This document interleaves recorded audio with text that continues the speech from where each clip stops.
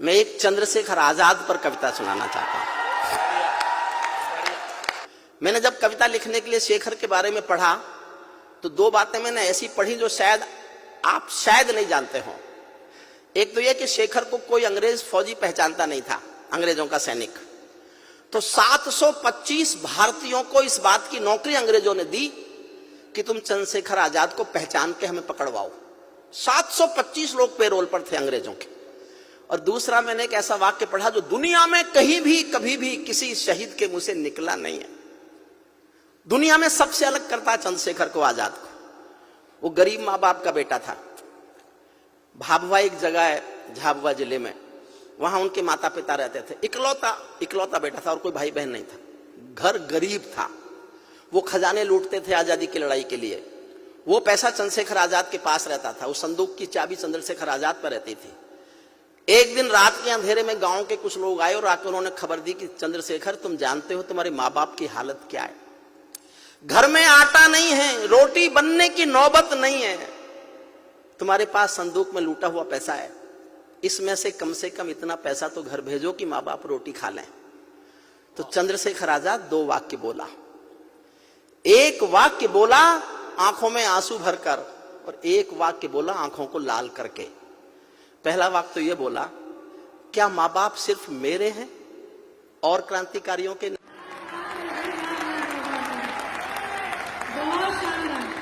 और अगले ही पल आंखें लाल करके कहा कि संदूक में से तो एक पैसा नहीं दूंगा, लेकिन तुम गांव वालों मेरे माँ बाप को रोटी नहीं खिला सको तो मुझे आके खबर कर देना। किसी दिन गांव आऊंगा और अपने इसी पिस्तौल की 2 गोली माँ बाप के सीने में उतार के चला आऊंगा।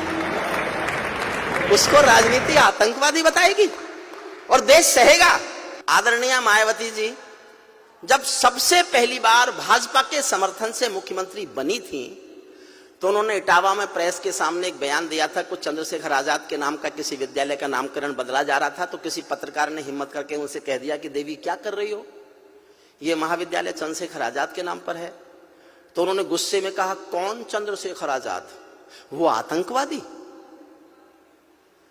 सरेआम उन्होंने पहली बार भाजपा के समर्थन से मुख्यमंत्री बनने के बाद चंद्रशेखर आजाद को आतंकवादी कहा। भानु प्रताप शुक्ल ने जनसत्ता में लेख लिखा, पूरा पेज का एक लेख था। मैंने हरिद्वार में वो अखबार पढ़ा। मैं पढ़ता रहा, रोता रहा कि ये भाजपा के समर्थन का कोई मुख्यमंत्री चंद्रशेखर आजाद को आतंकवादी कह कैसे सकता है। फिर मैंने अपना मन समझाया कि कोई बात नहीं, कल इनको धमकाया जाएगा, माफी मंगवाई जाएगी और ठीक हो जाएगा। एक हफ्ता गुजर गया, कुछ भी नहीं हुआ। ना किसी ने माफी मांगी, ना कोई शोर मचा, ना कोई आफत आई।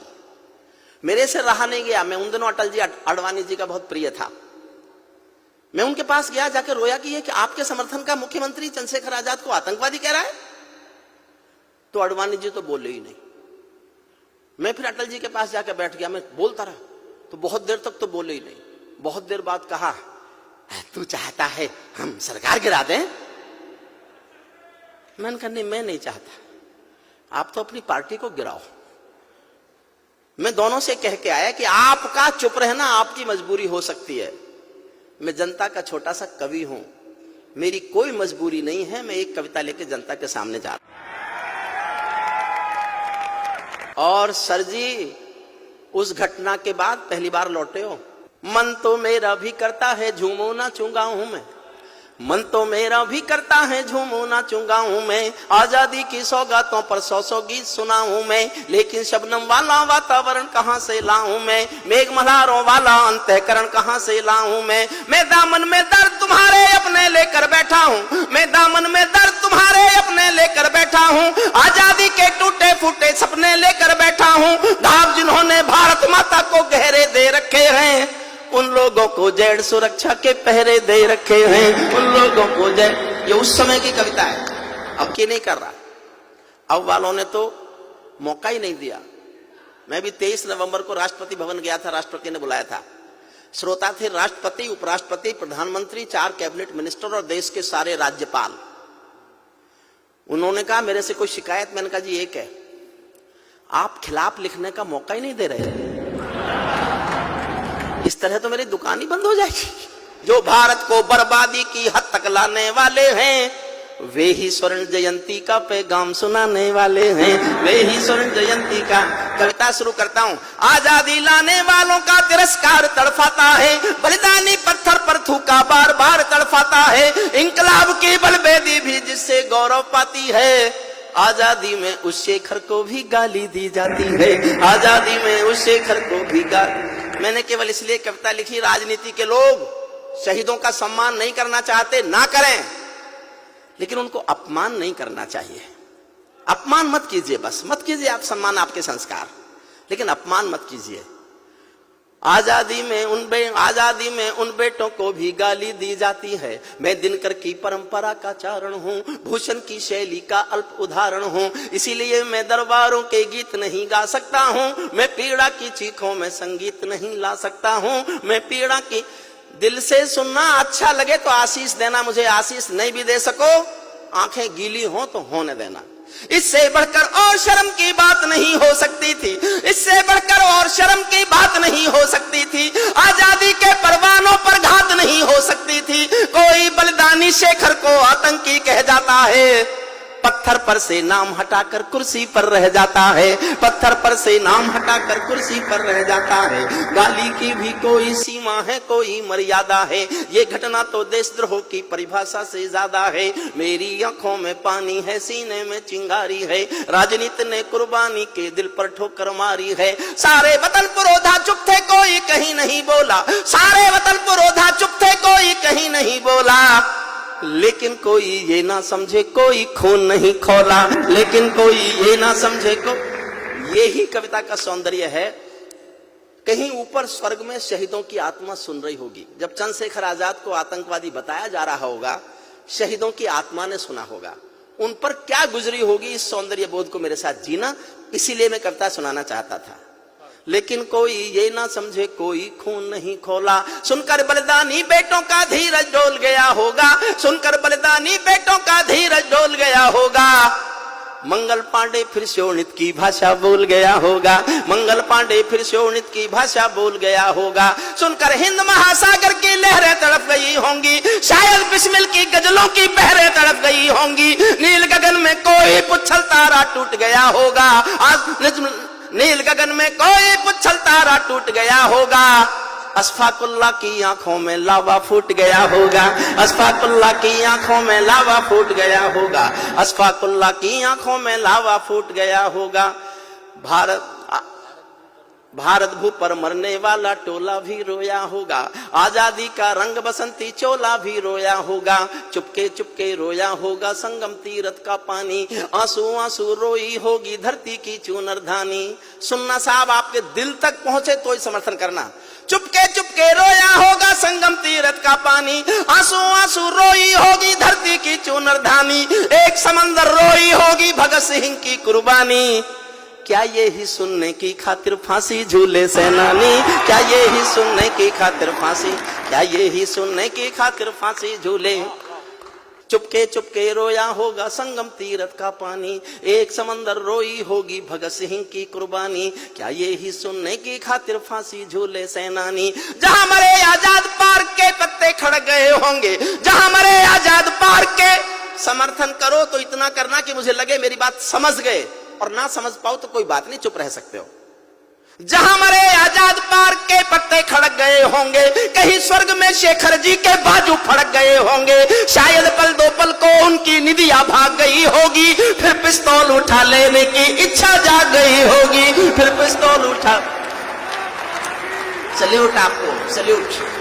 फिर पिस्तौल उठा लेने की इच्छा जाग गई होगी। शेखर महायज्ञ का नायक गौरव भारत भूखा, शेखर महायज्ञ का नायक गौरव भारत भूखा है, जिसका भारत की जनता से रिश्ता आज लहू का है। जिसके जीवन के दर्शन ने हिम्मत को परिभाषा दी, जिसके पिस्टल की गोली ने इंकलाब को भाषा दी, जिसने धरा गुलामी वाली क्रांति निकेतन कर डाली, आजादी के हवन कुंड में अग्नि चेतन कर डाली। जिसके कारण त्याग अलौकिक माता के आंगन में था, इकलौता बेटा होकर भी आजादी के रन में था। जिसको खूनी मेहंदी से भी देह रचाना आता था, आजादी का योद्धा केवल चले चबे ना खाता था। अब तो नेता पर्वत सड़कें शहरों को खा जाते हैं, और पुलों के शिलान्यास में नहरों को खा जाते हैं। अब तो नेता पर्वत सड़कें शहरों को खा जाते हैं। जिसके कारण गोरों, जिसके आजादी के कारण जो गोरों से कभी लड़ी थी है जी, शेखर की पिस्तौल किसी तीरथ से बहुत बड़ी है जी, शेखर की पिस्तौल किसी तीरथ से। और माफ करे सदन, मैं आप जानता हूं आज देश का है, भारत माता, जो भारत माता की जय के नारे गाने वाले हैं, जो भारत माता की, गुस्से में लिखा मैंने क्योंकि समर्थन से थी वो मुख्यमंत्री, जो भारत माता की जय के नारे गाने वाले हैं, राष्ट्रवादी की गरिमा गौरव ज्ञान सिखाने वाले हैं, जो छोटी छोटी बातों पर संसद में अड़ जाते हैं, श्री राम मंदिर मुद्दे पर सड़कों पर लड़ जाते हैं, 60 दिनों तक स्वर्ण जयंती रथ लेकर जो घूमे थे, आजादी की यादों के पत्थर पूजे थे, चूमे थे, इस घटना पर चुप बैठे थे, सबके मुंह पर ताले थे, तब गठबंधन क्यों नहीं तोड़ा, जो तुम हिम्मत वाले थे, तब गठबंधन क्यों नहीं तोड़ा। इस घटना पर चुप बैठे थे, सबके मुंह पर ताले थे, तब गठबंधन क्यों नहीं तोड़ा। और साहब तालियां बजाओ तो मैं देखना चाहता हूं, इटावा की याद लेके जाना चाहता हूं, 2 पंक्ति पढ़ रहा हूं, मैं कहने का हौसला करूंगा, आप केवल समर्थन का हौसला कर लेना।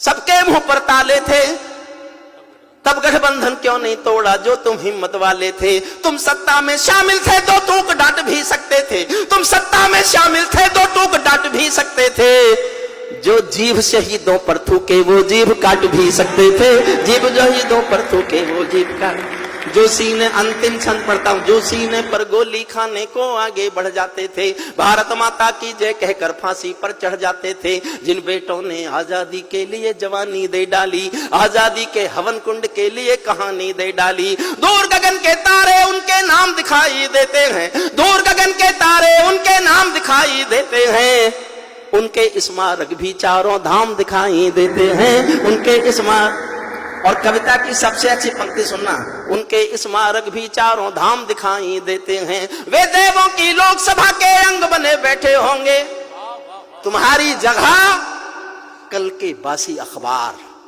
और उन शहीदों की जगह मैं बता रहा हूं, वे देवों की लोकसभा के अंग बने बैठे होंगे, वे सतरंगी इंद्रधनुष के रंग बने बैठे होंगे, उन बेटों की याद भुलाने की नादानी करते हो, इंद्रधनुष के रंग चुराने की नादानी करते हो, इंद्रधनुष के रंग चुराने की नादानी करते हो, जिनके कारण ये भारत आजाद दिखाई देता है, अमर तिरंगा उन बेटों की याद दिखाई देता है, उनका नाम जुबां पर लो तो पलकों को झपका लेना, उनकी यादों के पत्थर पर 2 आंसू टपका देना, जो धरती में मस्तक बोकर चले गए, दाग गुलामी वाला धोकर चले गए, मैं उनकी पूजा की खातिर जीवन भर गा सकता हूं, मैं सूरज का तम के गीत नहीं गा सकता हूं, मैं पीड़ा की चीखों में संगीत नहीं ला सकता हूं, मैं पीड़ा की